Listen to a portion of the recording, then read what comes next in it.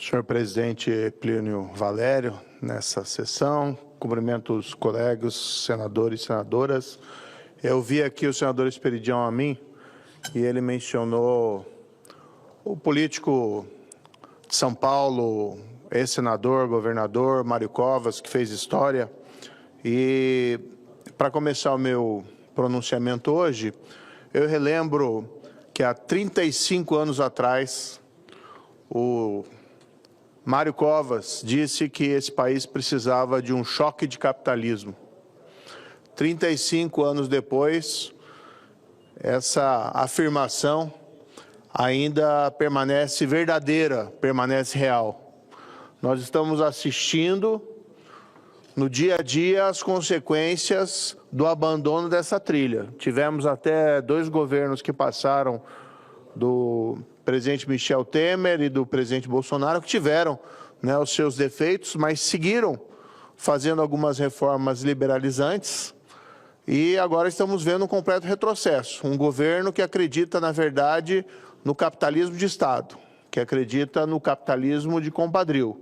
E o resultado estamos vendo na cotação do dólar, que chequei aqui, senador Plínio Valério, tem uma dinâmica, está 6,11, mas já passou de 6,17 na data de hoje, mesmo com leilões, com venda de bilhões de dólares pelo Banco Central. A receita dessa presidência, desse governo Lula para a economia, está sendo um desastre para o país. Nós estamos vendo a dívida pública explodir, foram 6% de crescimento da dívida pública de dezembro de 2022 a junho desse ano. A continuar nesse ritmo, nós estamos cada vez hipotecando o futuro das gerações, porque a dívida cresce, os juros crescem, o serviço da dívida fica maior e vão faltando dinheiro para as obras, vão faltando dinheiro para o serviço público, de segurança, de educação e de saúde. E quando a gente pensa que o cenário atual já é suficientemente dantesco a reclamar reformas e medidas, o que nós vemos é uma inação do governo. Ao contrário, no domingo, o presidente Lula deu uma entrevista à Rede Globo, no qual ele teve a desfaçatez de afirmar que eles plantaram até esse momento e que em 2025 eles vão começar a colheita. Qual colheita é essa? Qual é essa colheita do juro subindo, gerando endividamento não só público, mas também do setor privado, das famílias, já que a taxa de juros básico reflete igualmente na economia? Qual planejamento é esse? Que nós estamos vendo um derretimento dos fundamentos da nossa economia. E aqui temos um contraste muito grande, senador Mourão, porque nós estamos vendo nosso vizinho do lado, a Argentina. Quem diria, há 2 anos atrás, que estaríamos com inveja da Argentina, um país que estava num processo quase hiperinflacionário, falido, sem reservas internacionais, sem expectativas, e elegeu o Javier Milei, que sim, né, tem as suas extravagâncias, mas tem colocado o país na direção certa. Ainda estamos melhores, sim, em termos de inflação, ainda estamos melhores em termos de reservas internacionais, mas a Argentina caminha na direção certa e nós caminhamos na direção errada. Por isso que é muito claro, por isso que é fácil nós termos inveja do momento deles, porque nós temos que olhar para o futuro, que nós temos que olhar para o médio e para o longo prazo. Lá a inflação caiu e agora estão saindo da recessão, notícia também desses últimos dias, enquanto nós caminhamos para um desconhecido. E o que é mais grave, com um presidente absolutamente dissociado da realidade, pisando pisando o pé no acelerador, rumo ao abismo. Será que não é suficiente esse cenário que nós estamos assistindo, do descontrole do dólar, do descontrole dos juros, da inflação acima da meta? Quanto vai acabar a inflação? A meta, o teto da meta era 4,5. Está acima já. Talvez chegue próximo a 5, 4,93. Mas aqui nós estamos falando do teto da meta, que foi ultrapassado. Quais são os projetos de reforma desse governo para o país? Tivemos hoje em dia, há poucos dias atrás, na área da segurança pública, o ministro Lewandowski, que num ato falho, confessou, a área da segurança pública sofreu um brutal corte orçamentário. Sustaram os concursos. Onde esse dinheiro foi colocado, ninguém sabe. Provavelmente foi colocado aí para atender apaniguados e o loteamento político partidário, que é a marca desse governo. Mas para prestar serviço para o cidadão na área de segurança, não foi colocado. Na saúde, vacinas vencidas, sem qualquer justificativa. Atacavam o governo anterior por conta disso, e reflete ali uma má gestão pontual. Mas isso agravou-se nesse governo. É ainda pior. Recorde de dengue. E a ministra da Saúde tem a insensatez de apontar a culpa para a mudança climática. Olha, basta ela olhar para o espelho e vai encontrar a verdadeira culpada. Está lá a falta de gestão do seu ministério, a incapacidade de fazer políticas públicas, que é a marca e a cara desse governo, é a incompetência e a insistência em adotar as ideias erradas.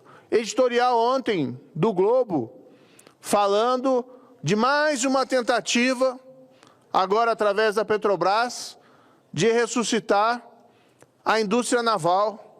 E aí nós encontramos o que já vimos no passado: financiamento público, subsídio de juros através do BNDES ou através de fundos.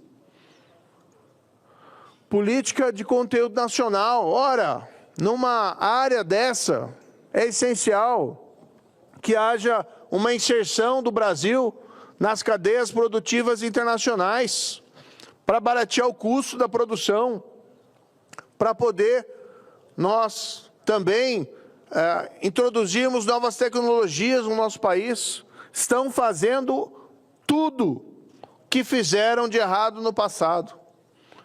Como se não bastasse, a mancha moral. A marca desse governo é a mancha moral de colocar corruptos em liberdade. Claro, são decisões judiciais, nós respeitamos decisões judiciais, mas ninguém tem dúvida de que tudo isso se faz com as bênçãos e com a aprovação silenciosa, e às vezes não tão silenciosa, desse governo federal. Hoje mesmo está marcado lá um julgamento no STJ, relacionado a condenações da Operação Lava Jato. Eu, sinceramente, ainda mantenho um pouco de esperança, mas o prognóstico provável é a anulação de novas condenações. Seja qual for o motivo, o fato é que ninguém condenado por corrupção, corrupção é essa vida durante os governos do PT, com várias cortes partidárias, está sendo mantido sancionado. Porque a marca também desse governo, além da incompetência na economia, é a imoralidade, é a falta de preocupação com o erário. E aqui nós estamos vendo as consequências. Lula disse na entrevista que em 25 vão colher o que plantaram, mas o que nós estamos vendo é que ele se esqueceu daquele velho ditado, daquele versículo de que quem planta vento, colhe tempestade. Mas o grande problema é a falta de percepção do caminho errado e a insistência no erro.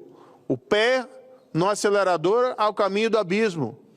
E por que isso, senador Plínio Valério? Qual a explicação racional para esse tipo de comportamento? Errar nos fundamentos básicos da economia, gerar mais inflação, gerar mais juro alto, gerar mais dívida pública, asfixiar o setor privado, destruir a moralidade pública. Qual é a explicação? A explicação é eleitoral.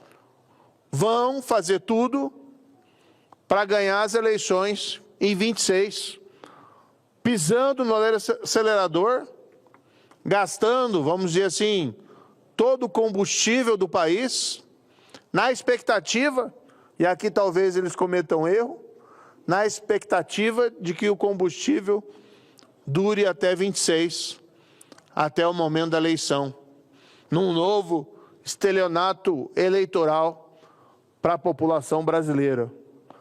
Não importa o futuro, não importa as novas gerações que vão se ver com uma gigantesca dívida pública, não importa o setor privado que vai se ver preso na armadilha dos juros altos e da corrosão do poder da moeda, não importa a população sofrendo no seu bolso, desde que eles consigam dar uma aparência de bem-estar, mas em verdade um bem-estar que não tem fundamentos sólidos, um crescimento que não é sustentável. E essa receita nós sabemos o que acontece, já vimos esse filme em 2014, quando a eleição da ex-presidente Dilma foi sucedida pela maior recessão da história desse país. E aí o sofrimento humano acaba sendo inevitável. Mas para eles importa, já ganharam a eleição, já se perpetuaram no poder. Nós temos que vir aqui nessa tribuna e nós temos que contar a verdade para o povo brasileiro. O Brasil segue no caminho errado e rumo ao abismo, com Lula pisando no acelerador e pisando com alegria, sabendo ou não que está fazendo a coisa errada, mas estamos rumos ao desastre. É o nosso papel como oposição, e aqui eu sou oposição a esse governo, quero deixar isso muito bem claro, fazer o melhor para evitar esses danos e apontar essas contradições, esperando que possamos construir dias melhores. É isso, senhor presidente.